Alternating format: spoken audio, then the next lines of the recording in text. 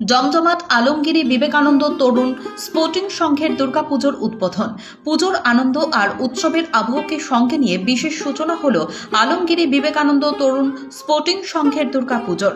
সম্প্রতি এক বর্ণাঢ্য অনুষ্ঠানের মাধ্যমে এই পুজোর শুভ উদ্বোধন করলেন স্থানীয় বিধায়ক তরুণ মাইতি। উদ্বোধন অনুষ্ঠানে বিধায়ক তরুণ মাইতি ছাড়াও উপস্থিত ছিলেন এলাকার বহু গণ্যমান্য ব্যক্তি, ক্লাবের সদস্যা এবং অগণিত সাধারণ মানুষ।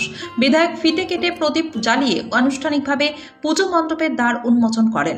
তিনি তার বক্তব্যে ক্লাবের এই উদ্যোগের ভূয়সী প্রশংসা করেন এবং সকলকে শারদ উৎসবের শুভেচ্ছা জানান।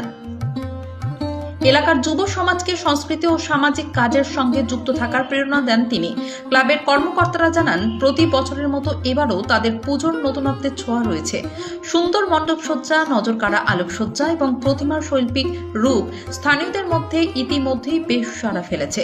পুজোর দিনগুলিতে এলাকার মানুষের জন্য বিভিন্ন সাংস্কৃতিক অনুষ্ঠানেরও আয়োজন করা হয়েছে বলে জানা গিয়েছে। বিধায়কের হাত ধরে এই বছরের পুজোর শুভ সূচনা হওয়ায় আলমগিরি এলাকায় মানুষের মধ্যে উৎসবের উদ্দীপনা আরো বহুগুণ বেড়ে গেল।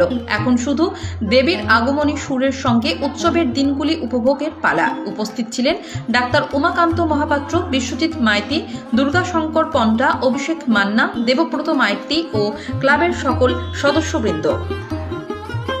বলতে চাইছি, এটা শুধু পুরুষদের পুজো নয়, মহিলারাও এর সঙ্গে যোগদান করেছে এবং আমরা সবাই খুব আনন্দিত এবং সবাই একসঙ্গে জড়ো হয়ে সবাই আমরা এই পুজোর এতে যোগদান দিয়েছি।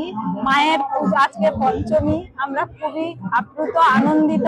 ওম সর্বমঙ্গলে মঙ্গলে শিবে সর্বার্থ সাধিকে শরণ্যে ত্র্যম্বকে গৌরী নারায়ণী নমস্তুতে। এই 4 দিন আমরা খুব আনন্দিত কাটাতে চাই এবং মায়ের পুজোয় আমরা ব্রতী হয়েছি। সবাই মহিলারাও এখানে যোগ। এটা দ্বিতীয় বছরের পুজো হচ্ছে। পুজোর এই যে আমরা পঞ্চমী থেকে পুজোটা শুরু করছি জানুয়ারি। এবার পঞ্চমী, ষষ্ঠী, সপ্তমী, অষ্টমী আর নবমী বিজয়া প্রত্যেকদিন কিছু না কিছু প্রোগ্রাম ছিল।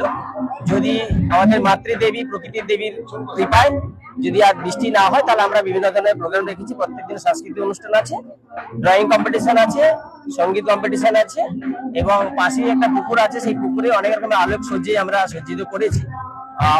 সন্ধ্যা হলেই আপনারা দেখতে পাবেন, প্রত্যেকেই দর্শক যারা আছেন তারা পরিলক্ষিত করবেন। তো এইরকম আমরা মোটামুটি সাজিয়েছি প্রোগ্রামটাকে, যদি বেশি না হবে।